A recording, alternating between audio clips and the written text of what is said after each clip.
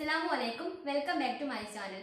അപ്പോൾ ഞാനിന്ന് വന്നിട്ടുള്ള ഒരു കിടിലൻ റെസിപ്പി ആയിട്ടാണ്. നമുക്ക് കഞ്ഞിയുടെ കൂടെയൊക്കെ നല്ല കോമ്പിനേഷൻ ആയിട്ട് കഴിക്കാൻ പറ്റുന്ന തേങ്ങ ചുട്ടരച്ച ചമ്മന്തി ആയിട്ട്. അപ്പോൾ അതിനു മുമ്പ് നിങ്ങൾ എൻ്റെ വീഡിയോ ആദ്യമായിട്ട് കാണുകയാണെങ്കിൽ ആ സബ്സ്ക്രൈബ് ബട്ടണും ആ കുഞ്ഞു ബെല്ലൈക്കൺ ഒന്ന് പ്രസ് ചെയ്യണേ.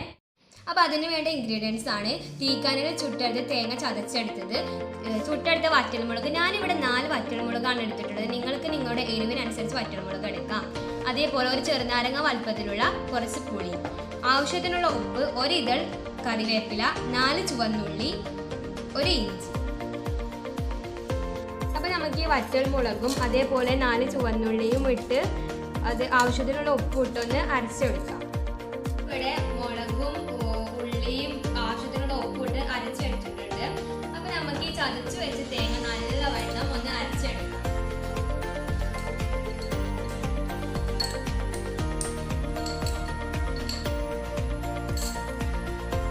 വെള്ളം ചേർക്കാതെ അരച്ചെടുത്ത് തേങ്ങയാണ് ഇതിലുള്ളത്. അപ്പോൾ അതിക്ക് ബാക്കിയുള്ള ഇൻഗ്രീഡിയൻസ് ചേർക്കാം. ഞാനിവിടെ ആദ്യം പുളിയാണ് ചേർക്കുന്നത്, പിന്നെ നമ്മൾ അരച്ചെടുത്ത വറ്റൽമുളകും ഒക്കെ മിക്സ് ചെയ്ത്, അതേപോലെ കറിവേപ്പില, ഇഞ്ചി, ഉപ്പ് കുറച്ച് കുറവുണ്ടെങ്കിൽ കുറച്ച് ഉപ്പ് നിങ്ങൾക്ക് അരക്കാം. അപ്പോൾ നമ്മൾ ചമ്മന്തി ഇവിടെ അരച്ചെടുത്തിട്ടുണ്ട്. അപ്പോൾ നമുക്ക് ഇതൊന്ന് പാത്രത്തിലേക്ക് മാറ്റാം. നമ്മുടെ ചമ്മന്തി ഇവിടെ റെഡി ആയിട്ടുണ്ട്.